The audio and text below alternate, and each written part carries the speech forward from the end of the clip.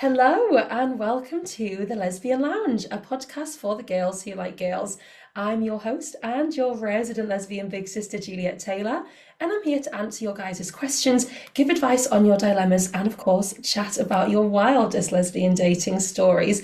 So grab a drink, get comfy, and welcome into the Lesbian Lounge. Guys, I am freaking out about today's guest. So, for all Yes. our listeners who are thinking, why the hell is there a man here? Do you want to give yourself a little Okay, introduction? for sure. Hi, everyone. Well, first of all, I will say I'm a queer man, so it's only a small step. We're stepping away, not running away, I think. But I'm Alex. Hi. I was a contestant on the floor, which is how Juliet and I originally connected. I was actually on the floor, Australia, interestingly. So I'm Australian and British. I live in London, and but I ended up on the Australian version of the floor, not the UK version. So I sadly never got to play with Juliet in person. Maybe one day, maybe we can do like the An floors all all-star. stars. Yes. Yes, we talk about this. The Australian cast. We talk about our like possible all stars, like future. So this is my dream. Um, so I actually won the first. Well, no, it's the second season of the Australian floor. And I'm a musician. My category on the floor was in music as well. So I made a bunch of videos and other recordings around the time of the floor finishing, which was about 3 weeks ago now, maybe a month ago. And I think Juliet came across some of my like songs I did that I play the cello. You can maybe see my cello in the background. No, you can see my piano in the background. But I did some stuff on Instagram, playing some of the music from the floor and all that. I think that's what you came across, right? And then yeah, we just connected. So yeah, my day life, I'm a musician, I'm a composer, and I work mostly with orchestras and choirs. So I write music and prepare music for orchestras and choirs, and I conduct and I do a little bit of performing.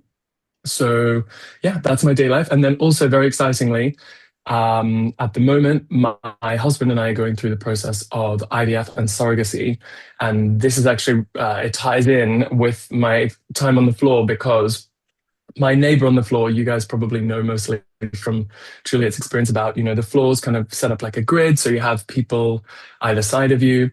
The person who was immediately to my left on the floor, whose name is Antonia, um, we obviously bonded a lot on the show. And I was asked, what would you do if you won the money? And I talked a lot about IVF and surrogacy. It's a really, complicated and expensive process. So obviously that was my, dream to spend all the money on, or well, maybe not all the money, to use the money for IVF and for surrogacy. And my husband and I were looking into commercial surrogacy at the time, which obviously, is really expensive. We were looking at doing that in Mexico, maybe, or another country, because it's actually not legal in the UK or in Australia to pay a surrogate for surrogacy. So we can maybe get into that later. But because yeah, that's something I'm really interested in talking about. But Antonia, who's to my left, heard all of this, sat with it for a little bit, and then literally right as we finished the show, she said, I think I want to be your surrogate, which, yeah, which was so unexpected for me. One of obviously the most amazing things I've ever heard. She has 5 kids already, which, yeah, somehow amazingly she loves the experience of being pregnant and giving birth to all 5 of us. She has 5 boys, can you believe? Oh, So she's the perfect person to do this, I suppose. We became friends really quickly. She's been such a great presence and um, educator and advocate for a lot of things surrounding pregnancy, childbirth, all of that, which obviously as a gay man is not my area of expertise necessarily. But my husband and I have just loved going through the whole process with her. We've literally just done our first embryo transfer about a week ago, coming up to 2 weeks ago. So we are in the phase of very early, not really, yeah, sure. It's too early to say what's happening with this embryo transfer yet. Hopefully, we'll have some great news for you soon. But we're really in the like just fingers crossed and waiting stage with it right now. So, which is crazy. It all timed up with the show so crazily because it finished about 3 weeks ago. We just did the embryo transfer like within a week after that, and yeah, now we're in the start of what we're hoping will be our journey to parenthood. So exciting. I honestly think the story Yeah, is just, it's mind blowing. And I know it's been picked up by quite a lot of press because yeah, to come off the back of a game show where, you would assume everyone would be rivals and like, I want to be friends with you, but it is that time backstage on the floor, like you get to bond and make so many connections and obviously yeah, share your life stories. And then obviously she'd been listening. I mean, we filmed for yeah, about a week. I don't know how it was with Australia. But yeah. with, Same, same. yeah, it's like, and it's, they say on Yeah, Love Island, like, when I'm with you for 24 hours, like, I feel like we bond so much deeper. But it's true, like, when you're spending all that time with yeah. people, It is true. and like trauma bond as Yeah. well, like, oh my God, I'm so scared. I don't want Oh to get yeah. out. Like, oh my God, this is crazy. Like, you trauma bond with these Oh yeah. people. So then by the end of it, it is like you are so close. Like, I was nearly crying in the airport leaving everyone because I was just like, I love you all. Like, it's Yeah. such a good experience. So obviously, you said at the end of filming, Antonia came up to you and said, "Listen, I'm Yeah. going to be your surrogate." So what happened from there? Was it like, did you just sort of think like, oh, like whatever, like you're just saying this to like be nice, and then how did it end up being followed up by like actually it becoming a real Yeah. thing? Yeah. It's funny, isn't it? Because um, as I suppose, I don't know, as like a gay man in my 20s, I had a lot of, I guess, female friends, mostly straight female friends, I suppose, who would offer to be a surrogate. A lot of people would say like, oh, like you deserve to have kids too. I'll carry your baby for you. And like universally, as they then went on and had their own kids, they were like, no, we're not doing this. So, so I think, naturally I was always a little bit maybe jaded with that, like having seen some people who offer and it's coming from the right place, but not necessarily um knowing if that was the right thing for them. Yeah, Because obviously, you can want to help someone else, but it has to be the right thing for everyone involved. And I think with Antonia straight away, I knew that that's how it was for her because obviously having had 5 kids already, she understands the whole logistical side. Um, and just personality wise, I think we just clicked so well from so early on. We're very similar in so many ways. I'm a musician with kind of a love of writing, and she's a writer with a love of music. So we kind of felt like we sort of slotted in so easily, and we're from the same part of Sydney as well. So we had kind of a lot of things in common, and obviously also been both having lived in the UK for a long time. We just had lots in common, and I think I could just sense from straight away that it was a really genuine offer. I think the funny thing was probably her husband was the more what's the word, like more apprehensive about it at the start in some ways because she had come back from 7 days filming this TV show in the Netherlands, come back to the UK to her husband and said, "I think I want to carry a child for someone that you've never met yeah, and like that I've I known him just for met. 7 days. Yeah, I've known him for a week and I want to do that." And obviously, it was a super exhausting experience. And with the travel and everything, I think he just thought she'd come back and just like lost the plot, Yeah. which which you could argue maybe she did. Maybe we just fundamentally all changed on the floor and we're just like different people now. To some extent, I think that is true.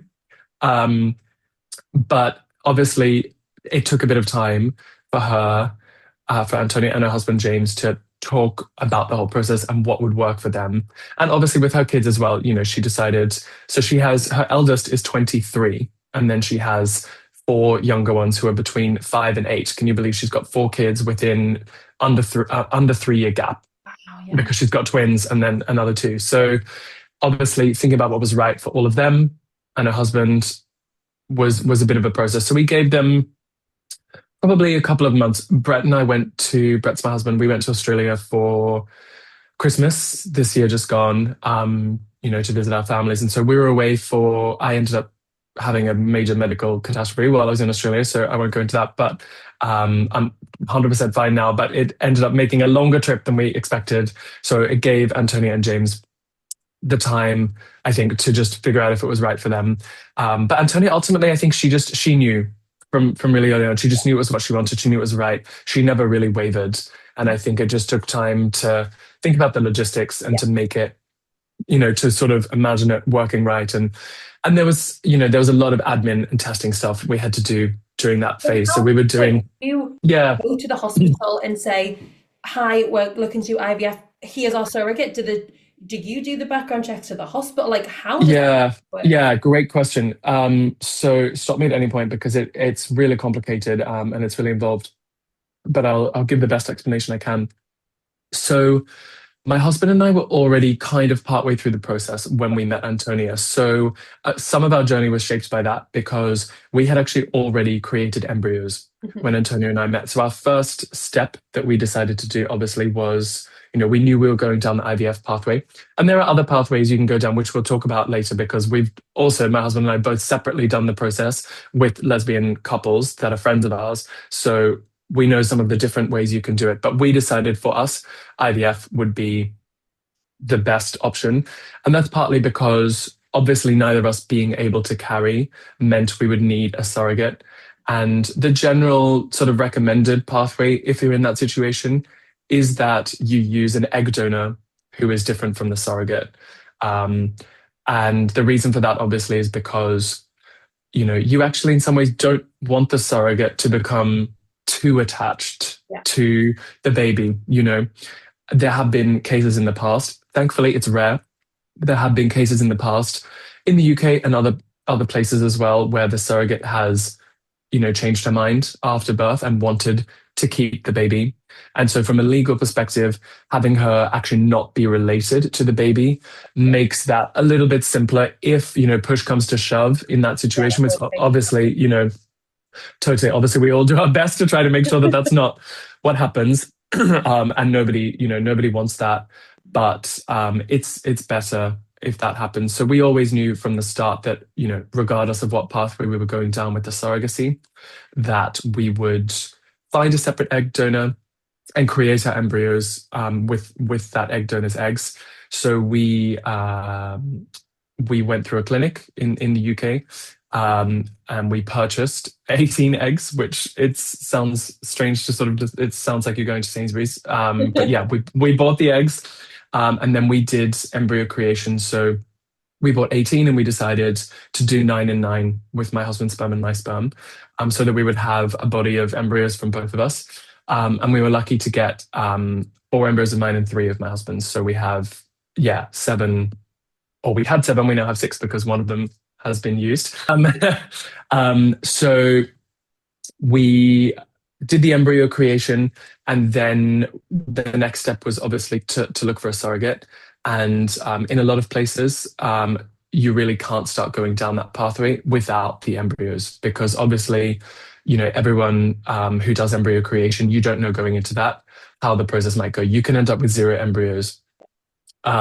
So generally you want to know how many embryos you have, know what your sort of plan of attack for using those embryos is, and then look for a surrogate. So we actually signed up with a UK-based surrogacy agency, and they run surrogacy in the UK, in the US, and in Mexico.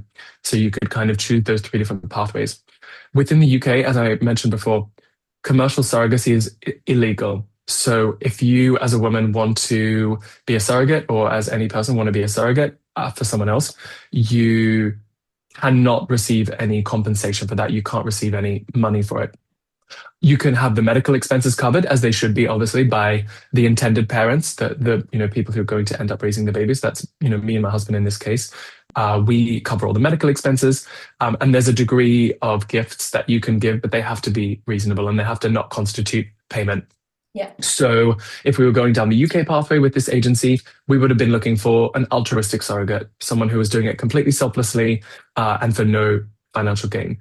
So there's a body of people that want to do that. They do exist, and you can go on the wait list at our surrogacy agency, and there are other agencies that also maintain their own wait lists. But basically, you're just in a queue for, we were told, 2 to 3 years is yeah, the minimum. And we know some people who've waited longer.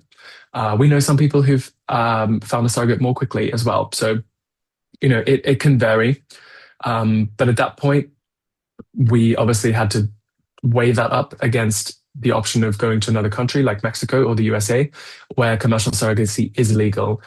So obviously that means you have to pay, and it can be very expensive. In the US, you can be talking of upwards of 100,000 US dollars.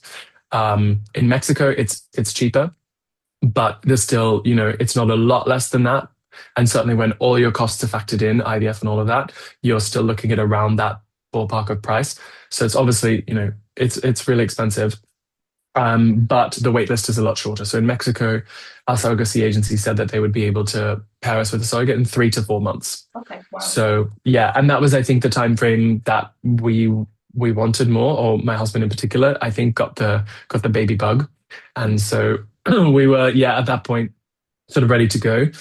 And so we actually moved our embryos from the clinic in the UK where they got made to a different clinic, ready to be exported to Mexico. So we were kind of close to doing it when the flaw happened.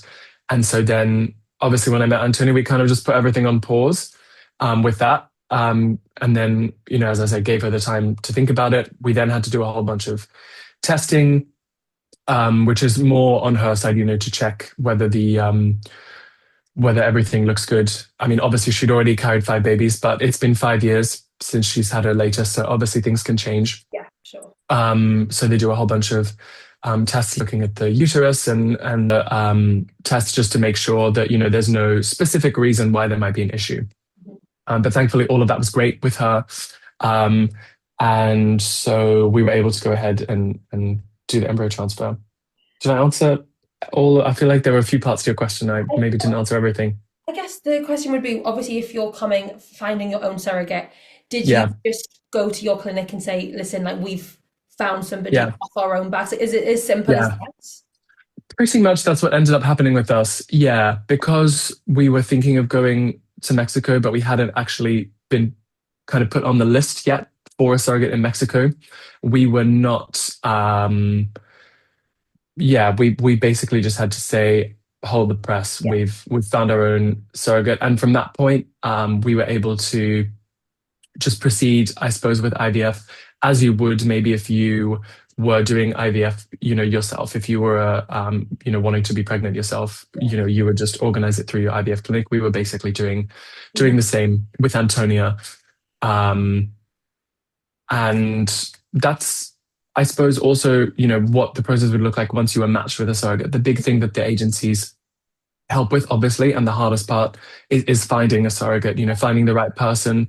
We know people who have gone to Mexico and have had to be matched with a few different surrogates just to see who would work well, got partway through the process sometimes, and then it turned out that wasn't the right match for them, and had to, go back to the drawing board. So that really is the hardest part, I think, finding the right person to do it for you. And we obviously ideally had always wanted to do it in the UK, because it obviously would have been nicer for us to be close to the surrogate during the pregnancy and to, be able to.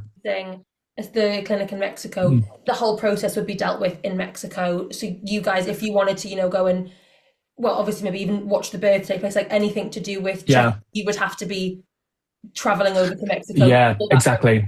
Exactly, yeah. And we have friends who've done that, who now have a beautiful, healthy boy. So we'd known some of the process from them. Yeah. But it's a big undertaking for them. They ended up in Mexico for about 4 months. Oh, wow. Mm-hmm. Yeah, because obviously there's a lot of legal stuff to be done. So you have to obviously get a passport for your baby in order to leave the country. Yeah. Mm-hmm. So that was a whole process for them.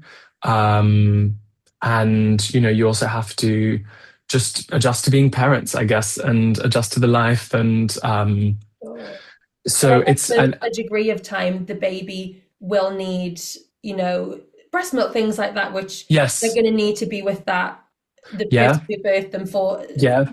Say, something went wrong with the birth, say the baby had in the NICU, what's going to happen there? You're going to have to stay in Mexico and be there. Totally. Yeah, all sorts of complications can happen. And yeah, it's up to every individual how they want to navigate the sort of early days, I suppose, the breast milk situation and all of that. But yeah, it's a popular choice to stay close to the surrogate for however long that takes, But interestingly, in Mexico, the laws are very different from in the UK. So Mexico City specifically, in Mexico, it varies by state within Mexico.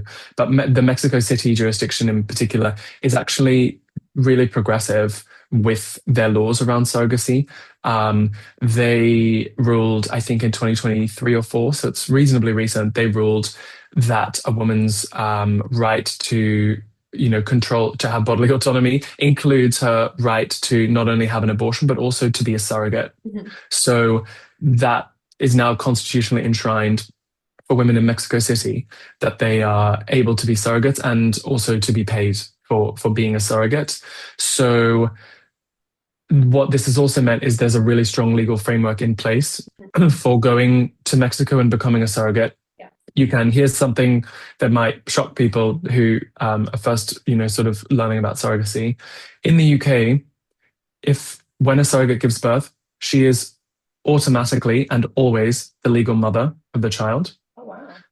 Yeah, Even if it's and not from her egg.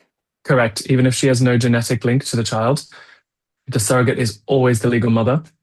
And if she is married or in a civil partnership, as our surrogate Antonia is, her husband or civil partner is the legal father of the child. Never. Yeah, without exception. That's the law in the UK. So if the surrogate is single, then the sperm donor, which is me in the case of the embryo transfer that we've just done, I would be able to apply to become registered as the legal father, and she would still be the legal mother. But if she is married, that option is not even available. So that's one big area of law that me and my husband, and also Antonia and James, think we should be able to change. And Can you I appeal guess, this decision, or is it like that is set in stone law? Like, yeah, that's the does law. not change. That is the law. The law obviously could change. There would be, we'd have to do, I suppose, a lot of campaigning to get there. And we're, I suppose, just also ourselves relatively new to this journey, but we have really resolved to make this one of our goals throughout the whole process, is to raise awareness and to ultimately, ideally, get this law changed. Sure. And the current government have given some signals that they might be open to changing this law, but there hasn't really been that much meaningful progress towards it. Yeah. So there's definitely going to have to be, a grassroots movement and a really strong campaign. And the queer community has a big role to play in this. Obviously, not all surrogacy happens for queer people, but we're an oversized chunk of the people going through surrogacy, for obvious reasons. So we have a big role to play in advocating for change for this, and that's one area that we'd like change. But there's many other areas too when it comes to the legal side. In Mexico City, for example, you can actually apply in advance of the birth to be registered as the parents. So, and same-sex married couples can do that as well. So my husband and I would have been able to register to be recognized as the legal parents for the birth as soon as the baby was born. The surrogate is still recognized on the birth certificate as a surrogate, but not as the mother. Yeah. In the UK, there's no legal distinction, between who is a surrogate and who is a mother. And it is because the laws are outdated. Really is the reason. We have laws that have been written a long time ago that are not really fit for purpose in the modern age, where surrogacy exists, same-sex marriage exists, IVF exists. So I think we all think we sort of do need a bit of an overhaul with laws in that regard. And especially, there's so many different baby steps that we could do. At least having one of the intended parents, i.e. me and my husband in our case, being recognized as the father even of the child would make a huge difference, because, after the birth of our child, we won't even be able to apply for passports for the child. We have family in Australia. We'd obviously love to go to Australia relatively early on. We're not going to be able to do that until we can apply for a passport for the child, which means we're going to have to wait to be registered as the legal parents. So effectively, the process we have to go through in the UK is adoption. We have to adopt our own child, basically, because, our surrogate and her husband will be the legal parents. We have to adopt our child off them. And obviously, we've discussed all this with them. They're aware of the whole process. So it's going to go smoothly. Fingers crossed, we're hoping. Obviously, yeah, fingers crossed. I think, because your surrogate, if you're coming into it Right. and getting a surrogate from an agency, I mean, you would always and hope someone's Yeah. intentions are pure. But I mean, I think TV always feeds the narrative of like, no, I've changed my mind, I want the baby. And, if it's the case that that's their legal baby, even though it isn't, but if that's what the law says, then it leaves you guys in a position like you don't end up with a That's right. stand on. So you're lucky that you Yeah, have Antonia, and obviously they're going to be more than happy to totally. hand the baby over to you and do whatever they can to help get that process moving along. They're not going to be withholding anything. They're going to be like, Yeah. take the baby, it's your baby. Yeah. Exactly. And we're so lucky for that. But I mean, everyone's case is different. Some, some cases have been brought to court in the UK in the past where the surrogate has wanted to keep the child. And generally, what has tended to happen is that the intended parents are awarded custody of the baby. However, there have been some cases where that's not been the case. It really varies case by case. In everyone's situation is different. Um, and the reason for the disagreement obviously is going to play a big role. We obviously want there to be no disagreement, Yeah. so there's no issue. But not only is the surrogate potentially able to make life really difficult for the intended parents by keeping the baby and then possibly forcing a court case in order to resolve the dispute, but also actually in some ways where in a in a position where we can make life more difficult for her as well, because we can also change our minds, Yeah. and decide not to take the baby, in which case there's no legal method to force us to take the baby. You can't, I suppose, force anyone to raise a baby that they don't want to. And, we're not going to be the legal parents of the child at birth. Mhm. So as far as the law is concerned, You could we just are go, just sorry. completely random people. Yeah, exactly. We can just say it's not our baby. We have nothing to do with this.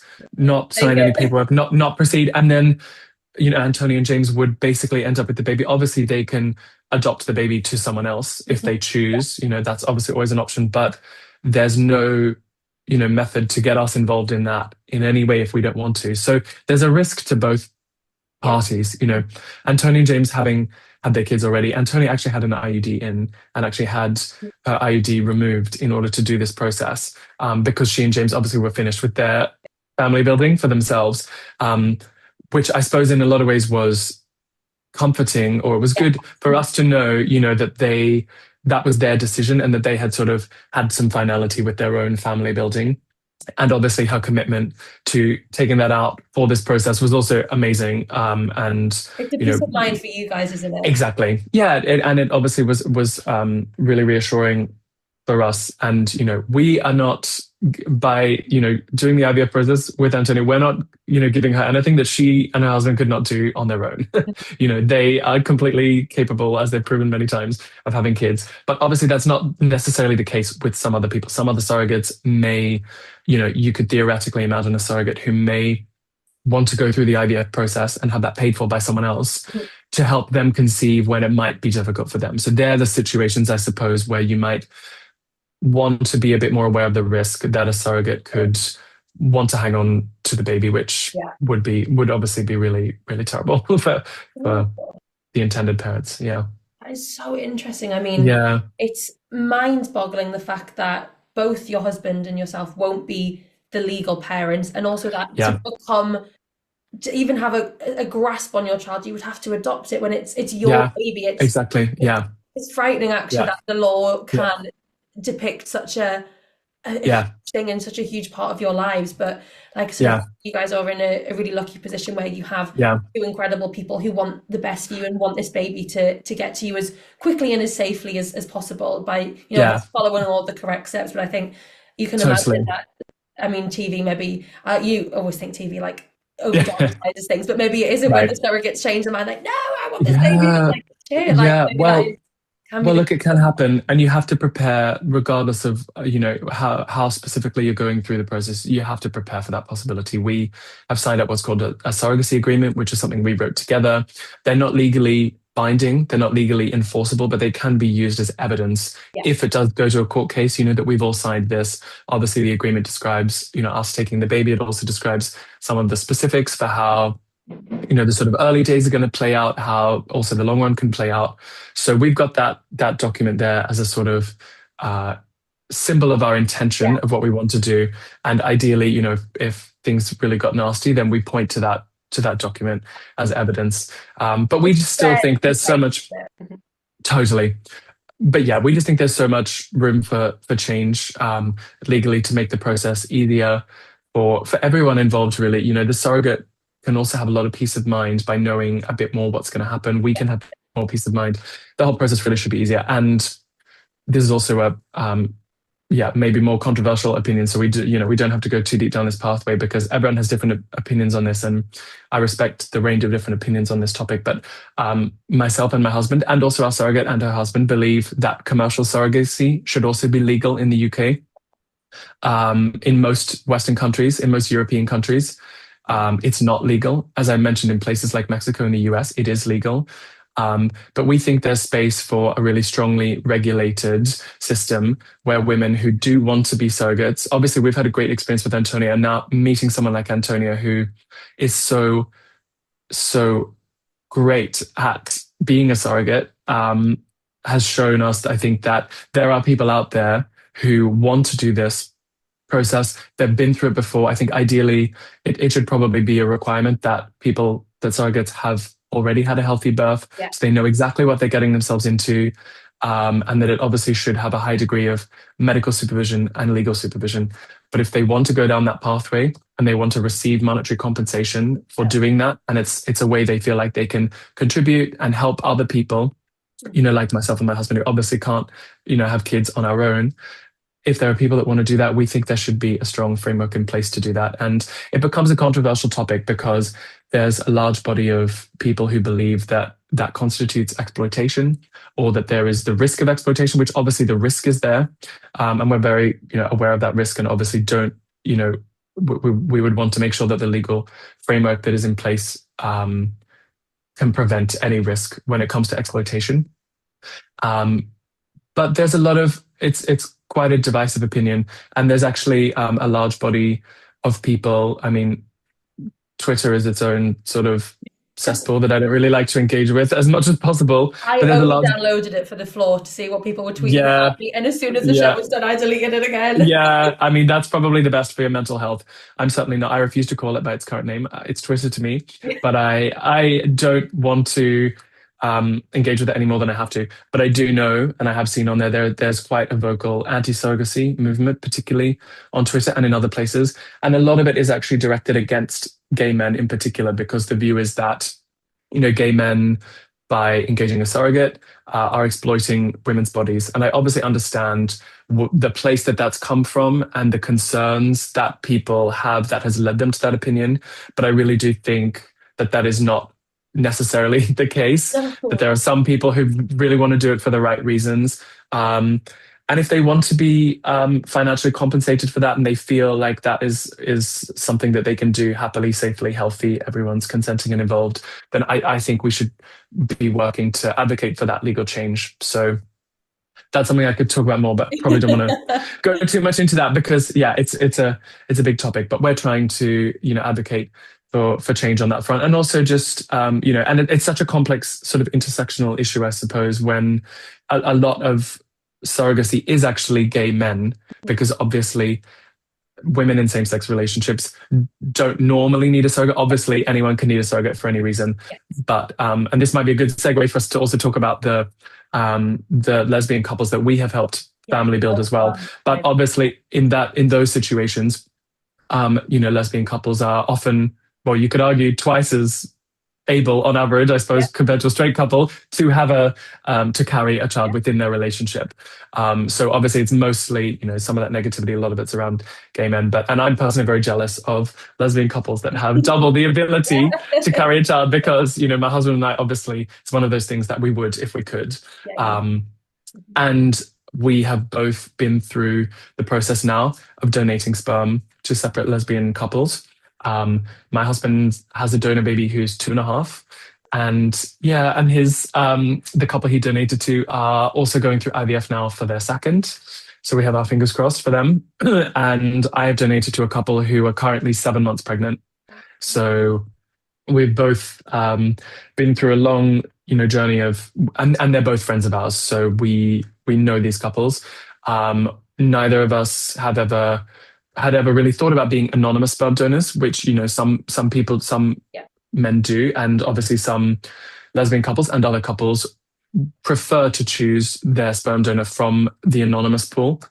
But I think it's increasingly common, because we know many other friends who've gone down this pathway, it's increasingly common, I think, to choose a known sperm donor because I think there were probably some taboos around that, and obviously, lesbian queer family building in general is still relatively young as a science, as an art. So maybe this is all evolving still, but for us, we've noticed that. Become more popular, and we were really happy to be part of it. Both of these friends, actually quite similar timeframes, both of these sets of friends approached us with the question, and obviously it was a long conversation that we had to happen with them, and the two situations are kind of good different examples of how it can work, I think, because my husband Brett, the couple that he donated to, are very close to him. That level of closeness, I think, was what they wanted Yeah. from their sperm donor. They wanted someone who they knew really well, could trust not to overstep. Mm-hmm. And they also live in Australia, we're obviously in the UK. So I think that in some ways was also a bit of a plus because we try to visit Australia maybe once a year for family and friends, and now we have these extra reasons to go also with our donor babies. But I think that actually suited them well, that sort of level of separation that they knew we could be involved in their lives. They call us the God Daddies. I love that. Because we try to sort of reference the sort of like Godfather tradition without playing too much into the sort of religious side of it and evoking a little bit more queer imagery with the God Daddy. Yeah.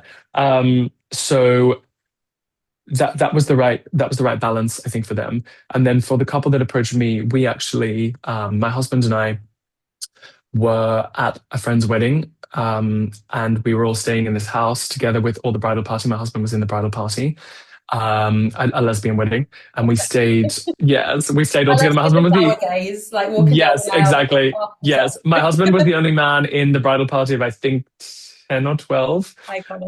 Yes, so he's kind of on the end in the photos. It's they're great photos on the beach. And so we were all staying in this house together with the bridal party. And another couple that was there who were also on the bridal party, but we'd just met them for the first time, were looking to start a family. And at that point, we were going through the process of my husband was going through the process of being the sperm donor. So we were in the thick of it at that point. This is a few years ago now. And we were able to basically explain all of that to this other couple, Ash and Carissa. And I think for them, it was right place, right time. And we all just got on really well that weekend and I guess bonded a lot over the wedding, but also about talking about this whole process. And I actually joked at the time, I said, Brett's sperm's not available because he'd made an agreement to only donate to them. That was part of the agreement that they had, which obviously every couple can choose a different pathway with that. But I think that was what suited them. So I sort of joked, Brett's not available, but mine is. So, and I think that actually sat with them a bit. And they obviously also took some time to think about it. I think they took 3 or 4 months to think about it. We came back to the UK because this wedding was also in Australia. We came back to the UK. And then they got in touch after a few months and said, we've thought about it. We want to go down the pathway. So that's how it happened. And for that couple, that level of distance was also right for them. I think the fact that we didn't know them super well at that time, but we had these really good mutual friends, the couple who got married, who were able to help tell both of us about each other and sort of just be a little bit of like I guess, recommendation service, you could say, like and they're another lesbian couple who've also just done IVF and also just had their first in January.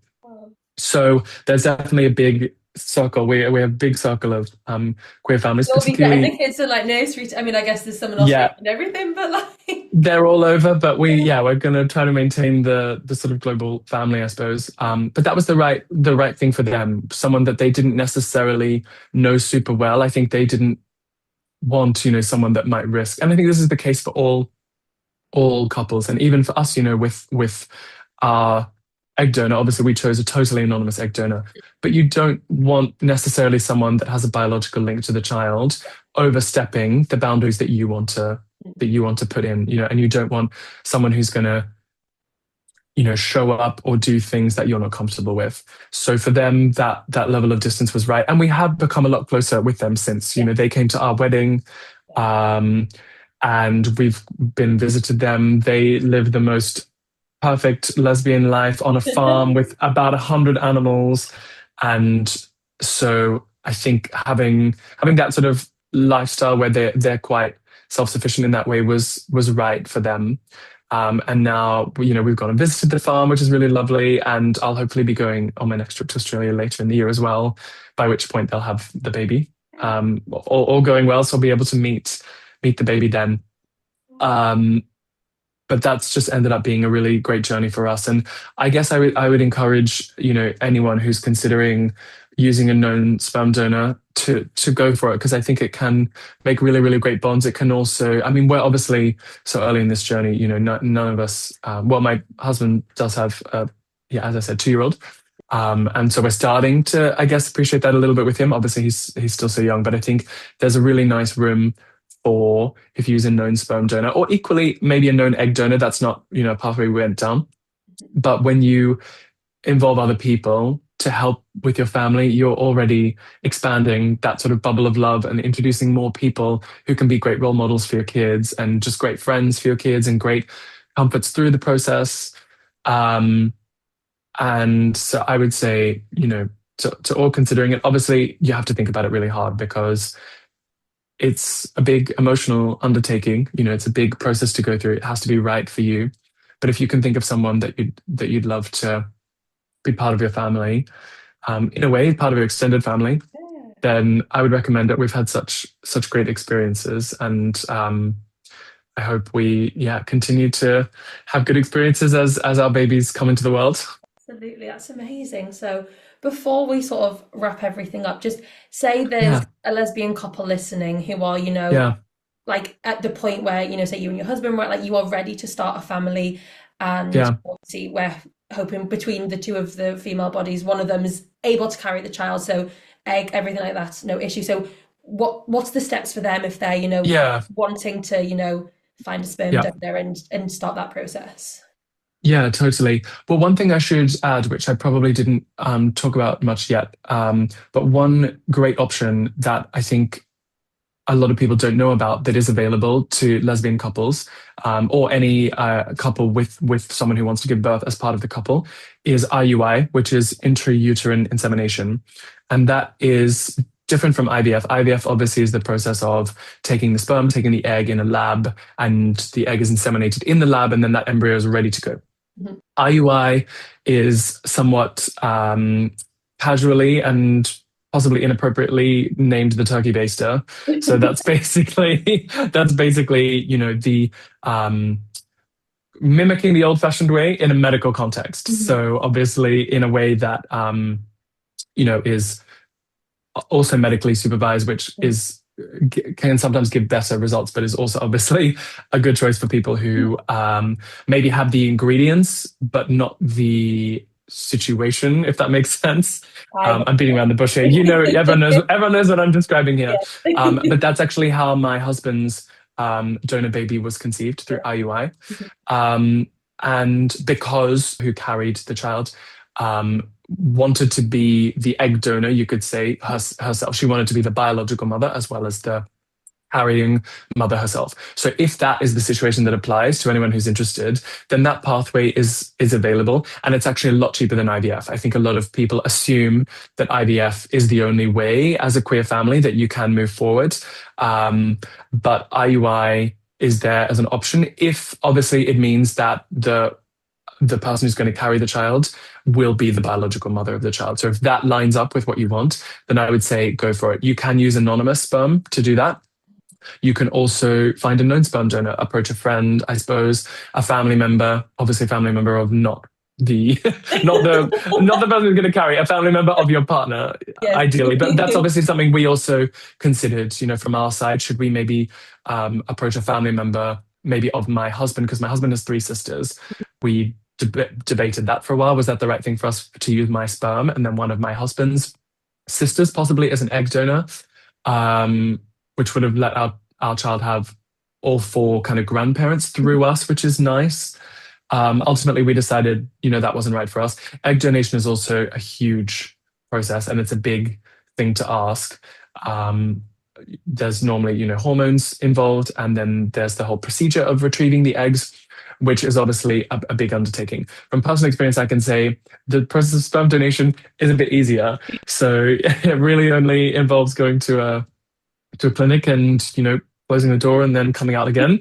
Um, and so it's not a big ask. I think, as someone who's done it, I don't think it's a big ask of to make of someone, especially if you're close with that person, or if that person has any reason to want to help you with your family building. If you, as a lesbian couple, um, are considering asking a friend to do it, I would say take the leap, because I personally was really honored to be asked. I think most people would be honored to be asked. Obviously, it might not be the right situation for everyone. It's a daunting prospect, I suppose, the idea of having your biological child out there. Um, but if you know the people and you trust in the process, then I think it's actually a real honor to be asked, and I was super honored to be able to help them do it. And another ingredient in this, which I think also certainly for our lesbian couples, the two that we donated to, was a big factor for them, was that we were also queer. And I think Yeah. that's another possibly ingredient that maybe some people won't have considered, is that you can also involve um, as a lesbian couple, you can involve a queer man as well in your family building in a way that sort of adds an extra layer of queer love, I suppose you could say, an extra, as if your life didn't need more rainbows in it. You can do that. You can do that through this as well, and that was important, I think, for both of our couples. And I think I can understand that. Obviously, that was their decision, but I think psychologically, I can see why there's a level of comfort in that. And both of those couples knew that we were going to start our own families, so it's not necessarily that they thought, oh well, they're gay men, they're not going to have their own kids, which sometimes is the assumption.